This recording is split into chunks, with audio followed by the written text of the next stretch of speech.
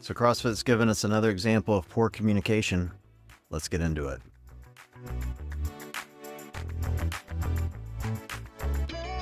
Hey, before we get started, do me a favor, hit that subscribe button as well as the notification bell so you don't miss anything on the channel. I got lots of good content coming up.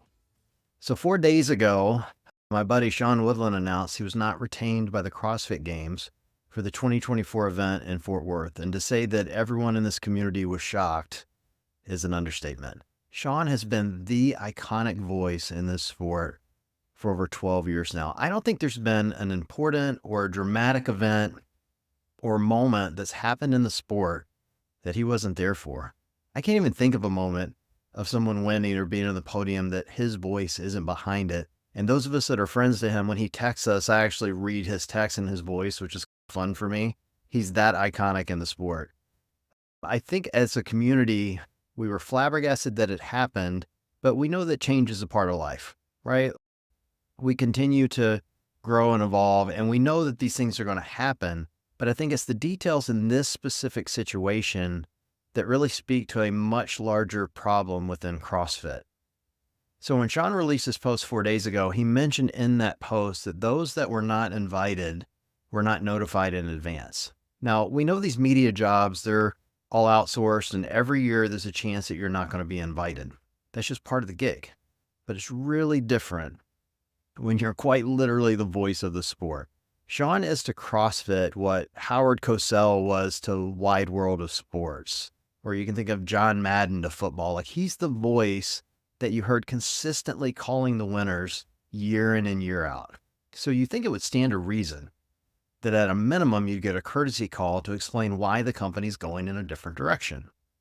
Now, that didn't happen here, and I can't speak to that, but it is another example of CrossFit lacking good communication skills and not thinking the much larger picture or the impact downstream to the community at large.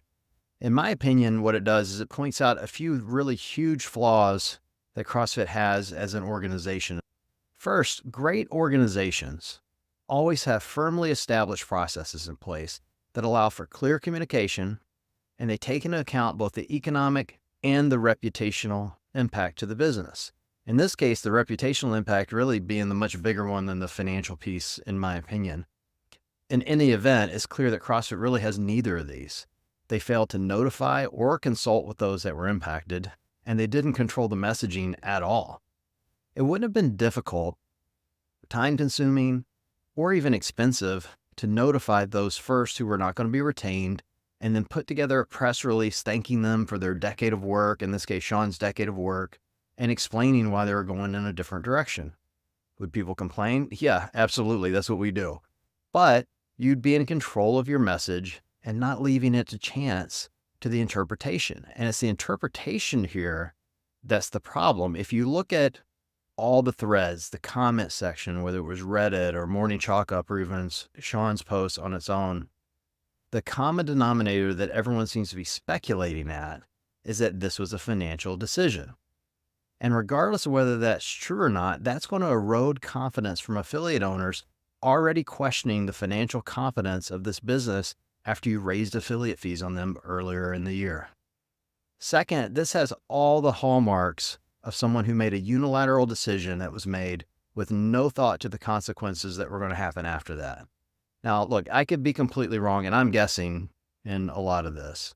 But if I had to guess, they either don't have enough checks and balances in place to keep this sort of thing from happening, or the culture is so siloed and toxic that no one feels the need to ask for or even provide input. Regardless, there needs to be some sort of final sign-off or decision maker that needs to take responsibility for these tasks. And look, I could be wrong, but if I am wrong and they already have this, then the question begs, well, what does accountability look like? Who is really in charge of this? Is it Dave? Is it Don? Is there someone on the media team that does it? Ultimately, they're going to have to look to see who's going to be the final rubber stamp for this to get it out to the community and make sure there's someone that the buck stops with. And then last, and what I think largest, it continues to point to a failed, or what is basically a non-existent media strategy that just continues to plague them and cause a negative perception with affiliate owners and fans of the sport.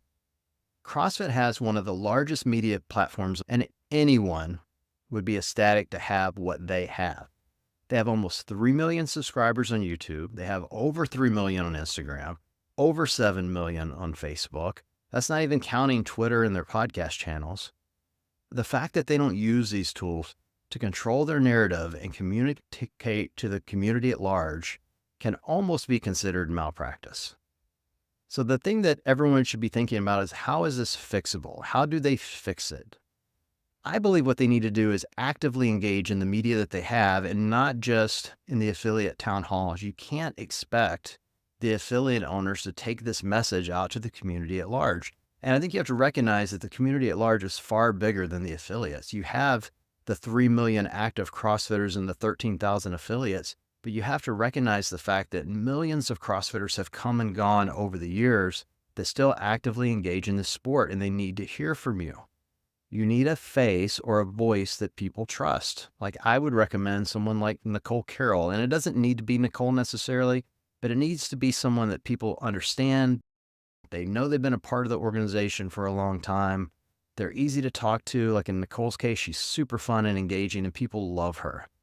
You need someone like that out front that people will listen to. You need to be transparent, and most importantly, you need to tell people what they need to hear, not necessarily what they want to hear. What they need is the truth.